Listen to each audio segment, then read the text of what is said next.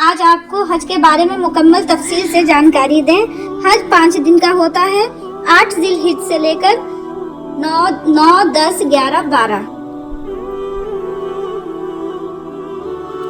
8 ذی الحج کو حج کا پہلا دن ہوتا ہے۔ سب سے پہلے 8 ذی الحج کو غسل سے فارغ ہو کر احرام کی ایک چادر پہن لیجئے اور ایک چادر اوڑھ لیجئے اور خوشبو لگائیے۔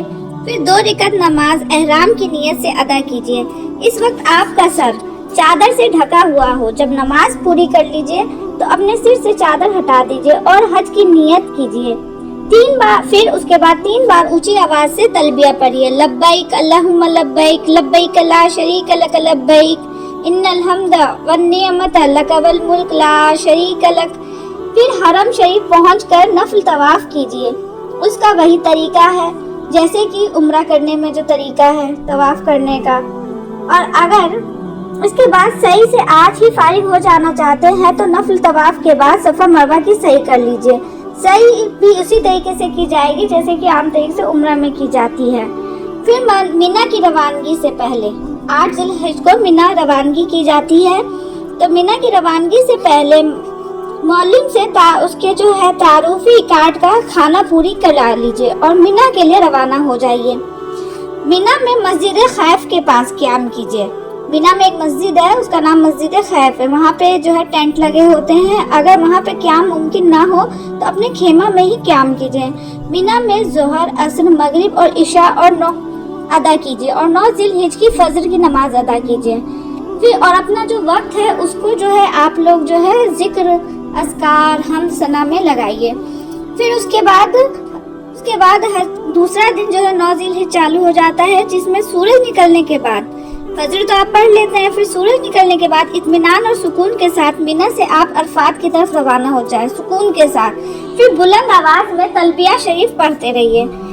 پھر اس کے بعد جب آپ چلتے چلتے جب میدان عرفات میں داخل کے وقت جب جبل رحمت پر آپ کی نظر پڑ جائے تو آپ کو وہاں پر کھڑے ہو کر دعا مانگنی ہے۔ عرفات میں داخل ہونے کی دعا، سبحان اللہ والحمد للہ ولا الہ الا اللہ واللہ اکبر۔ اس کے بعد جو ہے آپ عرفات کے میدان میں چلے جائیں اور پھر آپ جو ہے یہ دعا پڑھیے، لا الہ الا اللہ وحدہ لا شریک لہ، لہ الملک و لہ الحمد یحیی و یمیت بیدہ الخیر وہو علی کل شیء قدیر۔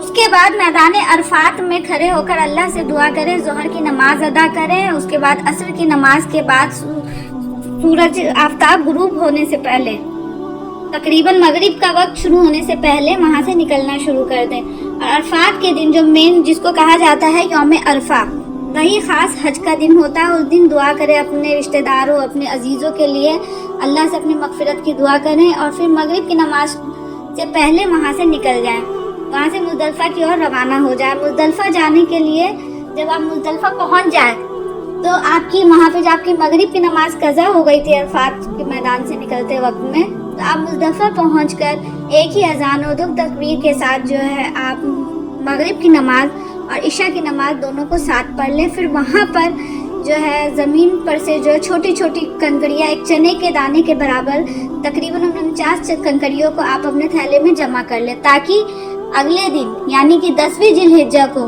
جو بقرعید کا دن بھی ہوتا ہے، اس دن جو ہے آپ جمرات پر جا کر تینوں جمرات پر جا کر جو ہمیں کنکری مارنی ہوتی ہے، تو اس کے لیے ہم کنکری اکٹھا کر لیں اور 10ویں ذی الحجہ کو جا کر ہم بڑے جمرات پر جا کر ہم اس کنکری کو ماریں گے۔ پھر اس کے بعد پوری رات مزدلفہ میں قیام کرنے کے بعد نماز فجر سے فارغ ہو کر مزدلفہ سے مینا کے لیے روانہ ہو جائیے۔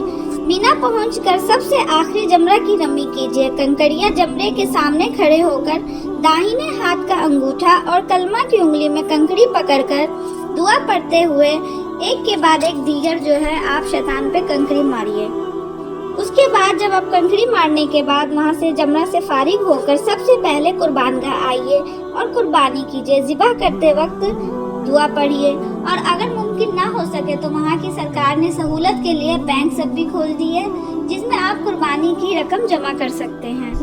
اس کے بعد آپ لوگ آئیے، اپنے سر منڈوائیے، پھر سر منڈوانے کے بعد اپنے احرام کو کھول دیجیے اور احرام کی نیت سے فارغ ہو جائیے اور اپنے سلے ہوئے کپڑے پہن لیجیے۔ اس کے بعد بیت اللہ کے طواف زیارت کے لیے روانہ ہو جائیے 10ویں ذی الحجہ کو، جس دن آپ قربانی کرائیں گے۔